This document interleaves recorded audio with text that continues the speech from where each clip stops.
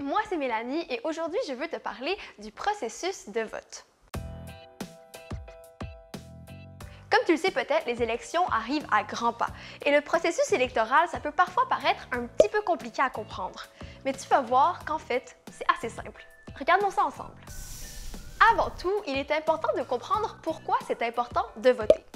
En fait, voter permet de donner son opinion sur des enjeux qui nous tiennent à cœur et sur des décisions qui vont avoir un vrai impact sur nos vies. Bien sûr, tu ne peux pas voter avant d'avoir 18 ans, mais ton opinion compte quand même. Savais-tu qu'un espace réservé aux enfants existe dans les bureaux de vote? Après avoir accompagné tes parents voter pour leur candidat ou leur candidate préférée, tu peux toi aussi aller donner ton opinion en répondant à une question qui a été conçue spécialement pour toi. Tu pourras aussi voter dans ta classe pour le candidat ou la candidate qui se présente dans ton secteur.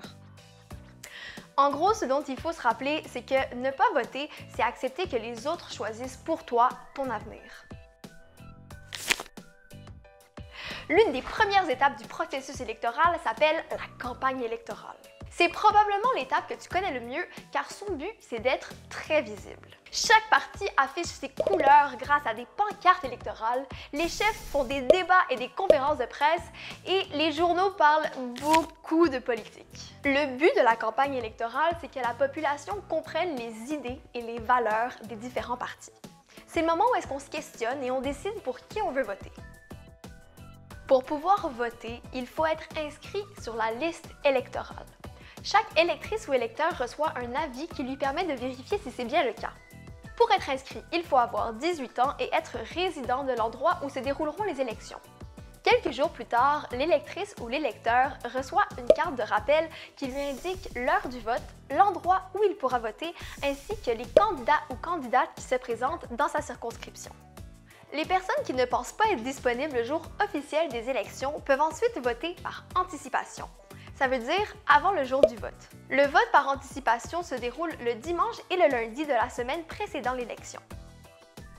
L'avant-dernière étape et la plus importante, c'est le jour du vote. Les citoyens et citoyennes arrivent au bureau de vote de leur circonscription, présentent leur carte d'identité et reçoivent leur bulletin de vote. Ensuite, il faut simplement faire une marque dans le cercle vis-à-vis le ou la candidate choisie. Puis, déposer le bulletin dans l'urne. Attention, on ne peut voter que pour une seule personne. Si on coche plusieurs cases, notre vote sera annulé. Ce sera aussi le cas si on fait notre marque ailleurs que dans le cercle prévu à cet effet. Au Québec, c'est à 20 h que les bureaux de vote ferment et que commence la course au décompte. On appelle cette étape le dépouillement. Dans chacun des nombreux bureaux de vote, des employés comptent le nombre de votes que chaque candidat ou candidate a reçus et les résultats apparaissent au fur et à mesure sur ton écran. Lorsque tous les votes ont été comptés, les résultats préliminaires sont annoncés. On sait alors qui sont les personnes élues. Au cours des jours suivants, les résultats sont vérifiés à l'occasion du recensement des votes. Comme ça, on s'assure que personne n'a fait d'erreur. Et voilà, c'est aussi simple que ça. Tu es maintenant outillé pour être à ton tour un as des élections. À bientôt!